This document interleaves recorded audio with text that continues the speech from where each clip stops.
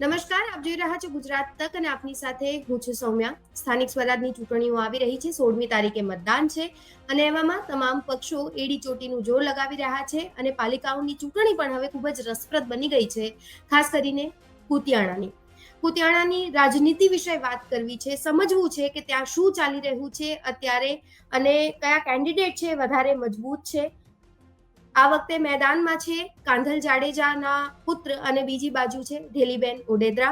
બંને strong candidate માનવામાં આવે છે. ત્યારે સમજીએ ત્યાંની રાજનીતિ વિશે વાત કરવી છે અને સમજાવવા માટે જણાવવા માટે અત્યારે આપણી સાથે પોરબંદરથી અમારા સંવાદદાતા ચેતનભાઈ ઠકરાર ઉપસ્થિત છે. ચેતનભાઈ, સ્વાગત છે આપનું ગુજરાત તક પર. પાલિકાની ચૂંટણીનો ધમધમાટ શરૂ થઈ ગયો છે. કુતિયાણાની બેઠક ખૂબ જ હેપનિંગ માનવામાં આવી રહી છે. ત્યાં અત્યારે કરંટ સિનેરિયો શું છે? મારે કરંટથી સ્ટાર્ટિંગ કરવી છે ચર્ચાની. જે કુતિયાણા અને રાણપ બંને જે સીટ છે એક જ વિધાનસભાની અંદર કુતિયાણા નગરપાલિકા અલગ છે અને રાણાવાવ પાલિકા અલગ છે. બંને નગરપાલિકા અલગ છે, પરંતુ વિધાનસભા છે તેના ધારાસભ્ય છે કાંધલ જાડેજા. છેલ્લી 3 થી જે કહી શકાય કે હેટ્રિક કરી કાંધલ જાડેજાએ. જો 2012 થી લઈ અને 2022 સુધીની સતત ચૂંટણીઓ જે વિધાનસભાની છે તે સતત જીતી રહ્યા છે. સૌથી મહત્વની અને ઐતિહાસિક ચૂંટણી થવા જઈ રહી છે, કેમ કે વર્ષોથી એક કુતિયાણા છે તે જાડેજા પરિવારનો ગઢ રહ્યો. મોટી વાત છે, લોકો રસો પણ છોડે છે. ગેંગ લીડર પણ લોકો જ કરે છે કે કાંધલ જાડેજા ગેંગ લીડર છે, પરંતુ હકીકત એ છે કે ભલે ગેંગ છે પોતે સામાજિક પણ આગળ છે. કાંધલ જાડેજાનો ઇતિહાસ જોઈએ તો તે પારિવારિક રીતે ખૂબ મોટું કામ જાડેજાએ કરેલું છે અને આજના ઇતિહાસની અંદર છેલ્લી 3 ની અંદર લોકો ભરીને જે મત છે તે કાંધલ જાડેજાને જોઈ આપે છે. કાંધલ જાડેજા પછી કોઈ પણ અંદર ઉભો હોય, કોઈ ખેસ ધારણ કરેલો, તેને કોઈ પ્રકારની જે કહેવાય કે ખેસની કોઈ લોકોની અપેક્ષા માત્ર જાડેજાનો ચહેરો છે એ લોકોની અપેક્ષા છે. બિલકુલ. અને આ વખતે ચર્ચા એવી પણ શરૂ છે કે ભારતીય જનતા પાર્ટીનો પનો ત્યાં ટૂંકો પડ્યો છે, કારણ કે એક જ સભ્યમાંથી પરિવારવાદ છે ખાસ ત્યાં જોવા મળ્યું છે. એક જ પરિવારમાંથી 4 વ્યક્તિઓને ટિકિટ આપવામાં આવી અને ત્યારબાદ આખો ઘટનાક્રમ જે સર્જાયો આપણે જાણીએ છીએ. ગઈકાલે પણ ઢેલીબેન ઓડેદરાએ નિવેદન આપ્યું હતું અને પોતાનું મૌન પણ તેમને તોડ્યું છે. કઈ રીતે આપ જોઈ રહ્યા છો આ આખા સિનેરિયોને?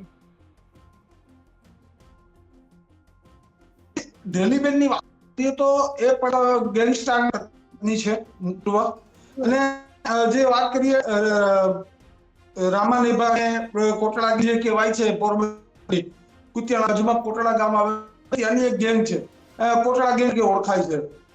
એટલે માલદેરામાના પત્ની કે જે કે ઢેલીબેન હતા, માલદેરામા જે પતિ છે તેના તે પણ એક ગેંગસ્ટર ને અનેક ગુના અંદર પણ તેની સંડોવણી.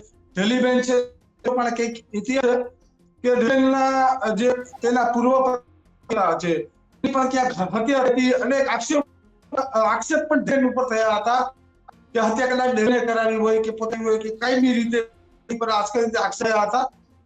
પરંતુ પૂરી વાત કરીએ તો ઢેલીબેન છેલ્લા 30 વર્ષથી અત્યારે કુતિયાણા નગરપાલિકા તરીકે શાસન ચલાવે છે.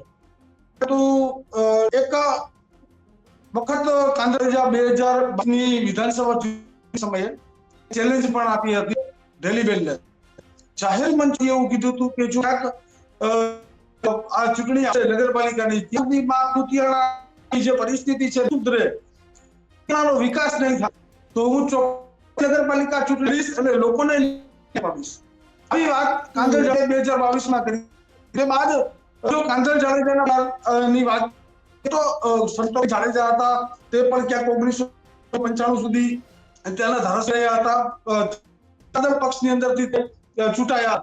તે બાદ કાંધલ જાડેજા કાકા છે મુંજાર જાડેજા, તે પણ ત્યાં લડી ચૂક્યા છે અને 1.5 ટર્મ સુધી તે રાજ કર્યું હતું. અને તે બાદ જે કહેવાય કે કંદુલા જે ભીમા દુલા છે તેના ભાઈ કંદુલા વડોદરા ધારાસભ્ય રહી ચૂક્યા અને તે બાદ જે બ્રેક ગઈ હતી જાડેજા પરિવાર અંદર કે ભૂરા મુંજાનું નિધન થયું હતું, તે જે અશોકબેન જાડેજાનું નિધન થયું હતું, ત્યાં કાંધલ જાડેજા સીધા જ બે પહેલી સીધી એન્ટ્રી કરી હતી. સતત ચૂંટાતા આવ્યા છે અને કાંધલની સેવા છે તે પાસે જે લોકો ગયા છે, કેમ કે આના જે પગારની છે તે પગારની રકમમાંથી કાંધલ છે તે લોકો જે ખેડૂતો છે તે પાણી પૂરું પાડે.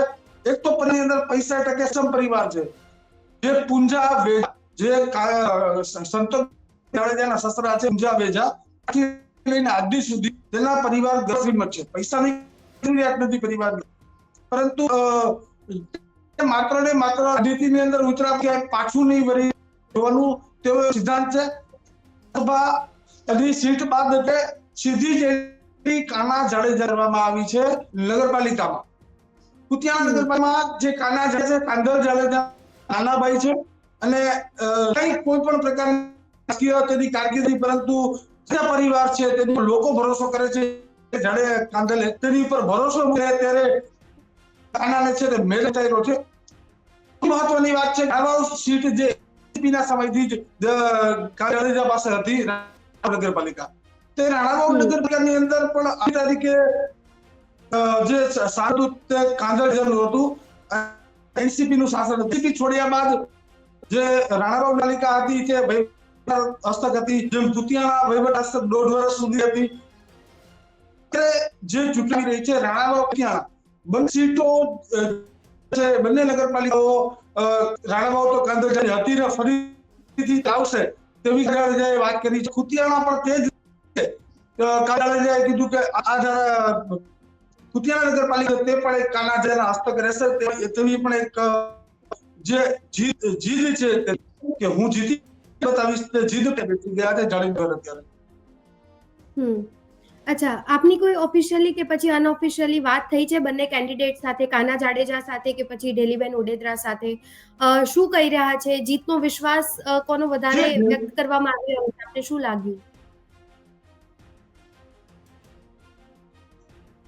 એક વાત સૌમ્યા છે કે કુતિયાણા સનની પરિસ્થિતિ જે નગરપાલિકા વિસ્તાર કહેવાય, લોકો આમ જોવો તો ત્રાહિમામ છે. તમે દ્રશ્યો જે જોવો છો તો અંદર વિઝ્યુઅલમાં એક કુતિયાણા શહેર ગામડા કરતા પણ ખરાબ છે. ગામડાની અંદર અત્યારે સિમેન્ટ રોડ, બ્લોક સિસ્ટમ અલગ અલગ વિસ્તાર થતી હોય છે. તો કુતિયાણાની હાલત ખરેખર એવી છે નગરપાલિકાએ ક્યાંય લોકો ઉપર ધ્યાન નથી.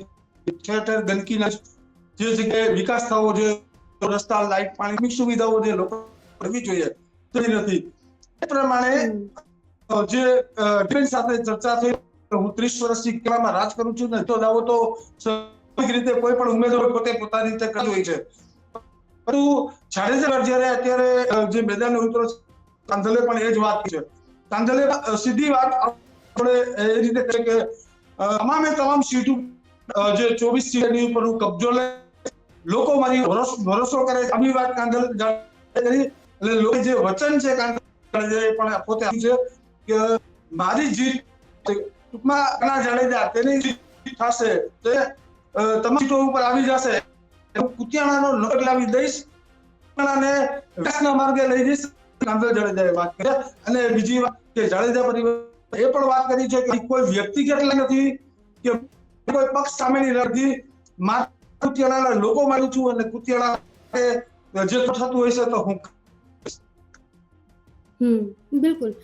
મારે એ પણ સમજવું છે કે એક સમય સંતોકબેનનું નામ ખૂબ જ ગૂંજતું હતું અને ત્યારબાદ હવે ઢેલીબેન ઓડેદરા પણ એક ગોડમધર તરીકે જે છે એ છબી ધરાવી રહ્યા છે. લોકો એવું પણ કહેતા હોય છે, જે વિશ્લેષકો છે એવું પણ કહેતા હોય છે કે ઢેલીબેન ઓડેદરા જ કુતિયાણામાં ક્વીન છે. અત્યારે પણ એ જ પરિસ્થિતિ બરકરાર છે?